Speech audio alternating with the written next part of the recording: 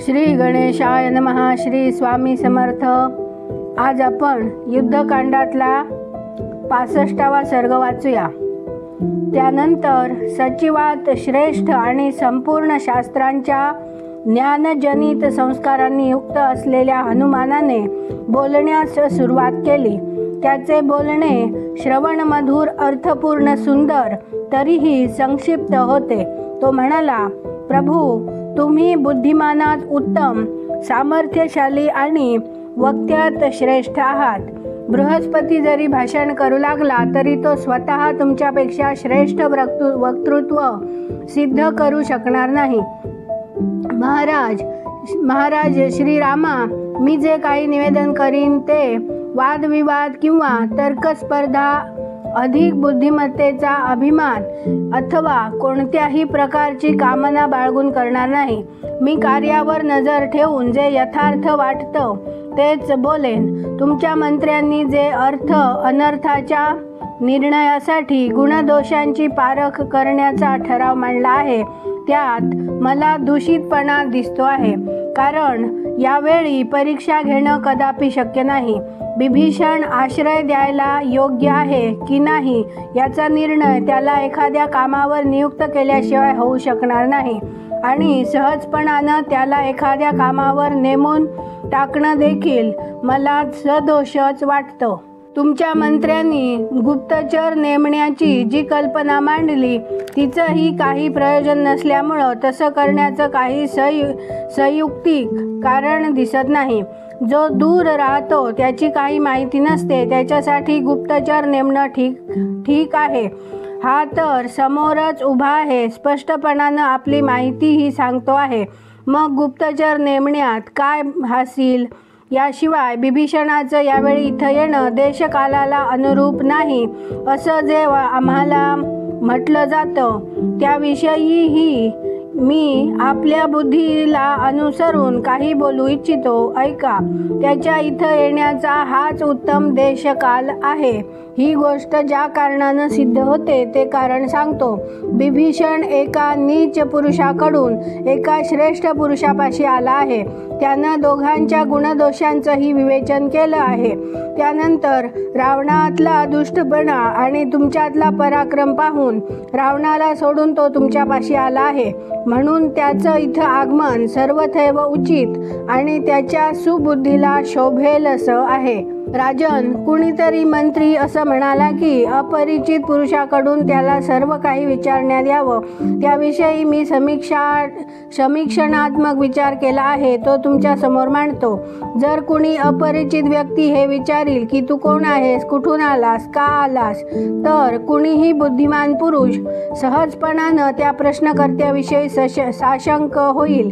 आणि जर त्याला हे कळलं की सारं काही माहीत असताना देखील मला मिथ्याच विचारण्यात येत आहे, तर सुखाच्या शोधार्थ आलेल्या त्या नवागत मित्राचं हृदय कलुषित झाल्याशिवाय राहणार नाही. त्यामुळं अशा प्रकारे आपल्या सर्वांना एका मित्राच्या लाभाला मुकावं लागेल.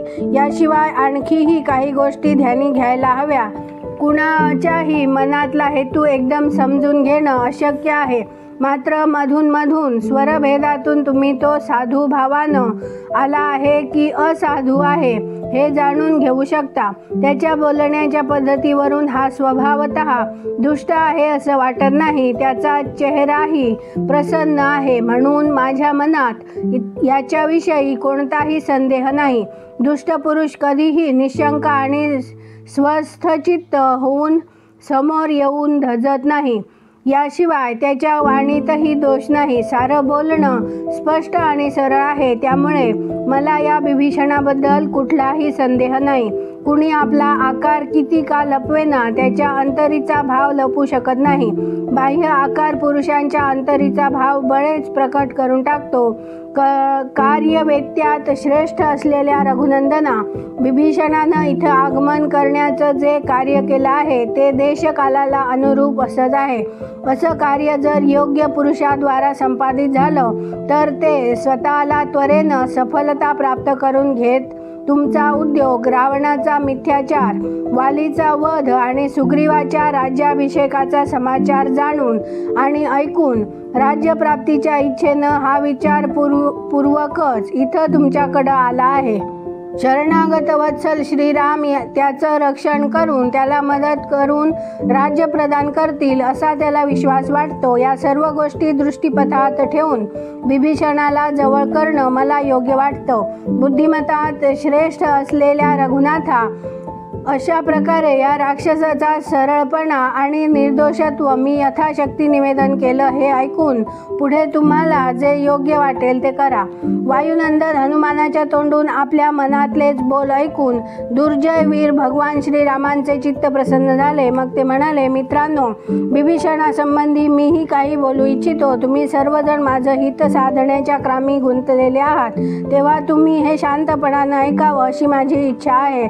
जो मित्र भावानं माझं जवळ येतो त्याच्या मी कुठल्याही प्रकारे त्याग करू इच्छित नाही. त्याच्या काही दोष असण्याचाही संभव आहे, परंतु दोषी माणसाला आश्रय देणं देखील सत्पुरुषांच्या दृष्टीनं निंद्य कर्म नाही. त्यामुळे मी विभीषणाला जवळ करू इच्छितो. वनराज सुग्रीवानं भगवान श्रीरामांचे हे कथन ऐकले. मग स्वतः त्याचा पुनरुच्चार करीत आणि त्यावर विचार करीत तो बोलू लागला. त्याचे बोलणे परमसुंदर होते. तो म्हणाला, प्रभू, हा दुष्ट असो वा सुष्ट त्यानं काय फरक पडतो? हा राक्षस आहे हे तर खरंच. शिवाय जो पुरुष संकटात सापडलेल्या आपल्या भावाला सोडू शकतो त्याचा दुसरा असा कुणी संबंधी असेल की ज्याला तो सोडणार नाही.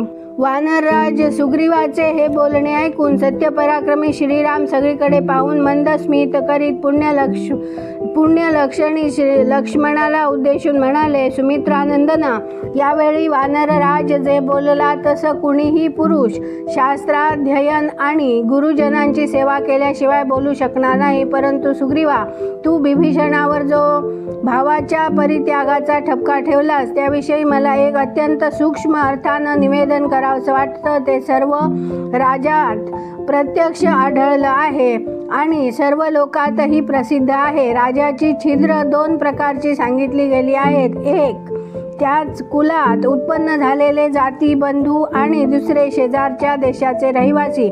संकटसमयी हे आपल्या विरोधात असलेल्या राजावर वा राजपुत्रावर प्रहार केल्याशिवाय राहत नाहीत. याच भयानं विभीषण इथं आला आहे. त्यालाही आपल्या ज्ञाती बांधवांपासून भय वाटतं आहे. ज्याच्या मनात पाप नाही असे एक कुलात उत्पन्न झालेले बंधू आपल्या कुटुंबी जनांना हितचिंतक मानतात, पण मनात पाप असलेले तर हाच सजातीय बंधू चांगला असला तरी त्याविषयी शंका घेतात. नरेंद्र, राजा रावणही या विभीषणाविषयी शंकित आहे म्हणून हा इथं आला आहे.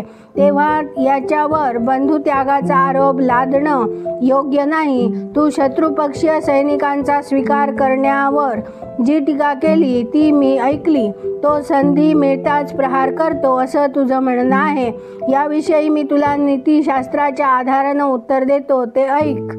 आपण याचे कुटुंबीय नाही, तेव्हा आपल्याकडून त्याच्या स्वार्थाला धक्का पोहोचविण्याची भीती त्याच्या मनात नाही. हा राक्षस राज्याची अभिलाषा धरून आला आहे म्हणूनही तो आपल्याला सोडून जाणार नाही. या राक्षसात खूपसे मोठे लोक विद्वान असतात म्हणून विभीषणाला आपल्या पक्षात सामील करून घेतलं पाहिजे. आपल्या संगतीत हे विभीषणादी राक्षस निश्चितच प्रसन्न होतील. यांची शरणागतीची प्रबळ हाक ऐकून वाटतं की राक्षसांनाही एकमेकांविषयी भीती वाटते. याच कारणानं त्यांच्यात फूट पडेल आणि ते नष्ट होतील. म्हणून विभीषणाचा स्वीकार केला पाहिजे. सुग्रीवा, या जगात सारे बंधू भरतासारखे नसतात, वडिलांचे सारे पुत्र माझ्यासारखेच नसतात आणि सारे मित्र तुझ्यासारखेच नसतात. श्रीराम असे म्हणाल्यावर लक्ष्मणासह महाबुद्धिमान सुग्रीवाने उठून त्यांना प्रणाम केला आणि तो म्हणाला, उचित कार्य करणाऱ्या श्रेष्ठ असलेल्या रघुनंदना, अजूनही हा राक्षस रावणानंच पाठविला असावा अशी शंका माझ्या मनात आहे. मला तर त्याला कैद करणंच योग्य वाटतं. निष्पाप श्रीरामा हा निशाचर रावणाच्या सांगण्यावरून मनात कुटील विचार घेऊनच इथे आला आहे. जेव्हा आपण याच्यावर विश्वास ठेवून याच्याविषयी निश्चिंत होऊ तेव्हा हा तुमच्यावर, माझ्यावर अथवा लक्ष्मणावर प्रहार करण्याची शक्यता आहे. महाबाहू, म्हणून क्रूर रावणाच्या भावाचा या बिभीषणाचा मंत्र्यांसह वध करणंच उचित आहे. प्रवचन कुशल रघुश्रेष्ठ श्रीरामाला इतके सांगून संभाषण कुशल सेनापती सुग्रीव गप्प झाला. इथे 65वा सर्ग पूर्ण झाला. उद्या आपण 66वा सर्ग वाचूया. व्हिडिओ आवडल्यास व्हिडिओला लाईक करा, शेअर करा, सबस्क्राईब करून बेल आयकन क्लिक करा. कमेंटमध्ये जय श्रीराम लिहायला विसरू नका. धन्यवाद. जय जय श्रीराम.